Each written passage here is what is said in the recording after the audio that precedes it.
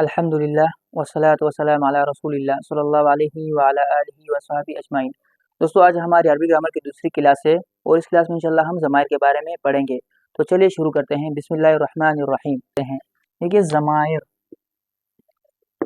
ضمائر جمع ہے ضمیر کی، ضمیر کی۔ اب ضمیر کیا ہوتی ہے پہلے اس کو ہم سمجھتے ہیں۔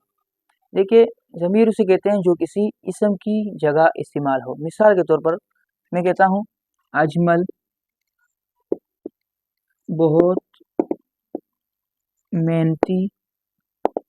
محنتی ہے، وہ روزانہ مدرسے جاتا ہے۔ اب یہاں پر دیکھیے اسم کی جگہ جو یہ ضمیر استعمال ہوئی ہو، وہ روزانہ اسکول جاتا ہے۔ ابھی اجمل یہ پہلے اسم آ گیا، پھر وہ اجمل بہت محنتی آدمی ہے، وہ روزانہ اسکول جاتا ہے۔ یہ جو وہ ہے نا، وہ اسے بیسیکلی ضمیر کہتے ہیں۔ اب جتنے بھی ضمائر عربی زبان کے وہ ہم لکھتے ہیں یہاں پر، اور آپ لوگ اسے اپنی کاپی میں نوٹ کرتے رہیں تاکہ پھر بعد میں ہمیں یاد کرنے میں مشکلات نہ ہو۔ چلے کہ عربی زبان میں جتنے بھی ضمائر ہیں وہ 14 ہے۔ پہلے جو 3 ضمائر ہیں وہ مذکر غائب کے لیے استعمال ہوتے ہیں۔ پہلے والے 3 ضمائر ہوا، ہما، ہم، یہ ہے مذکر کے لیے استعمال ہوتے ہیں۔ پھر ہے ہیا، ہما، ہوا، ہما، یہ پیش، ہما، ہم، ہیا، ہما، ہننا۔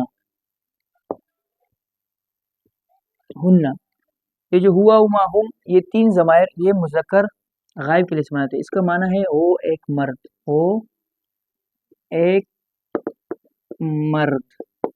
ہما وہ 2 مرد، وہ 2 مرد۔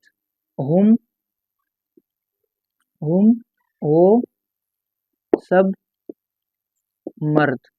ہیا کا معنی ہے وہ ایک عورت، وہ ایک عورت۔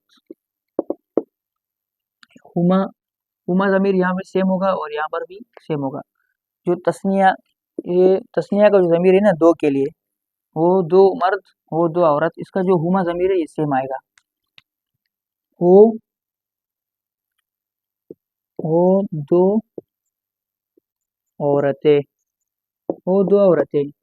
ہننا وہ سب عورتیں، وہ سب عورتیں، وہ سب عورتیں۔ اب اسے اپنی کاپی میں نوٹ کریں تاکہ پھر بعد میں ہمیں یاد کرنے میں کوئی پریشانی نہ ہو۔ اب یہ جو 3 ضمیر ہیں، یہ جو 3 ضمائر ہیں، یہ مذکر غائب کے لیے ہیں، اور جو نیچے والے 3 ضمائر ہیا، ہما، ہننا، یہ 3 ضمائر ہیں مؤنث غائب کے لیے استعمال ہوتے ہیں۔ اب اس کو ہم کس طرح یاد کریں گے؟ اب اس کو یاد کرنے کا طریقہ جو ہے نا وہ یہ ہے کہ آپ اشارہ کریں اس طرح، ہوا وہ ایک مرد، ہما وہ 2 مرد، ہم وہ سب مرد۔ اب مؤنث کے لیے ہیا وہ ایک عورت، ہما وہ 2 عورتیں، ہننا وہ سب عورتیں۔ اب آتے ہیں یہ ہے غائب کے لیے، یعنی کہ 3 ضمائر جو اوپر والے ہیں یہ مذکر غائب کے لیے ہیں، اور جو 3 ضمائر ہیں ہیا، ہما، ہننا، یہ مؤنث غائب کے لیے بارے میں۔ اب آتے ہیں مخاطب کے لیے۔ مخاطب کسے کہتے ہیں؟ جو آپ کے سامنے مخاطب ہو، جس سے آپ بات چیت کر رہے ہو، اس کے جو ضمائر ہے وہ کس طرح استعمال ہوں گے، چلیے وہ سیکھتے ہیں۔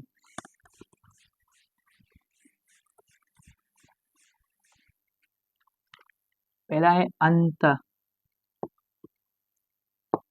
انت، انتما، انتما، اور انتم، انتم، انتم۔ اس کا معنی ہے او، آپ ایک مرد، اس کا معنی ہے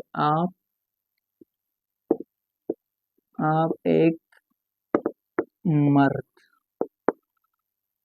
یہ جو ضمیر ہے نا یہ واحد مذکر مخاطب کے لیے استعمال ہوتا ہے۔ اور انتما آپ 2 مرد، آپ 2 مرد۔ انتم آپ سب مرد، آپ سب